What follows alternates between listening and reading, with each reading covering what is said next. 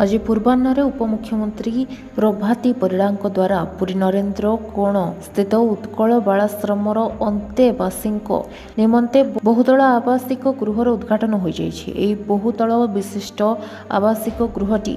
अंतेवासी मानकु सुरक्षा और आनंद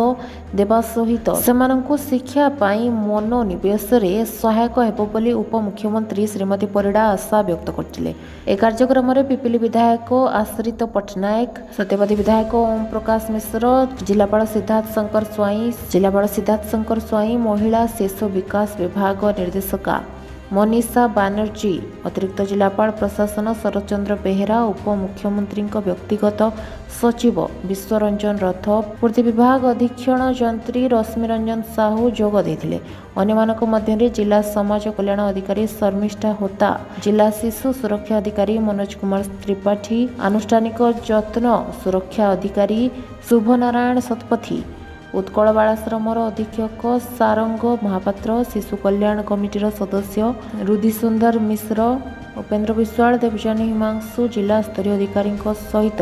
शिशु सुरक्षा यूनिट्र कर्मकर्ता और बालाश्रमर कर्मचारी प्रमुख उपस्थित थे। G+3 एही बिल्डिंग रे 100 पिला रहिबार व्यवस्था रही। बिल्डिंग निर्माण रे 3,88,00,000 टंका खर्च होइतिबा बेले पारिपार्श्विक विकास पाई 37 लाख भली मोट 4,25,00,000 टंका खर्च होइछि बोली अधीक्षण जंत्री सूचना दैछथि। पुरीरू धीरेन्द्र मिश्रଙ୍କ रिपोर्ट, टाइम्स ओडिया।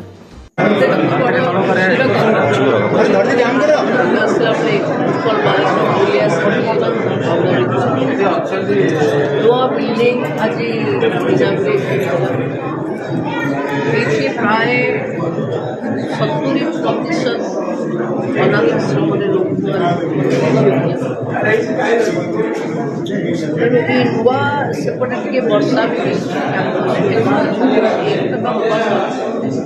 अधिक पिला भी आम पाखे रही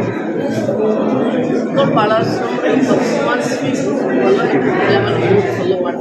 खेल भी जगार हायर स्टडीज भी जाऊँ गत देखी तेणु भावी आम जिले में बालाश्रम आहरी अधिक जो मैंने अच्छा पिला पिला विभिन्न जगह कैंपस चाकरी भी पाइपर ये नुआ जन अधिक पिला झील मानू ये व्यवस्था नुआ बिल्डिंग एक्सक्लूसिवली झील मान प्रथम से सेफ्ट करेंगे तेणु भावुँ झील मान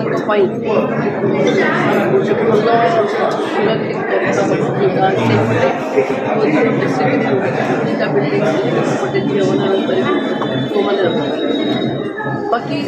जो देखिए जो कमिटी अच्छी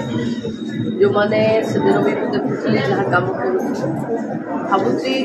ये बालाश्रम बोधे सब भल कम करुच्छा एथर मुझे देखी बहुत पिला टैलेंटेड पिला भी अच्छा जो मैंने एकदम हायर स्टडीज इंटरेस्टेड अच्छा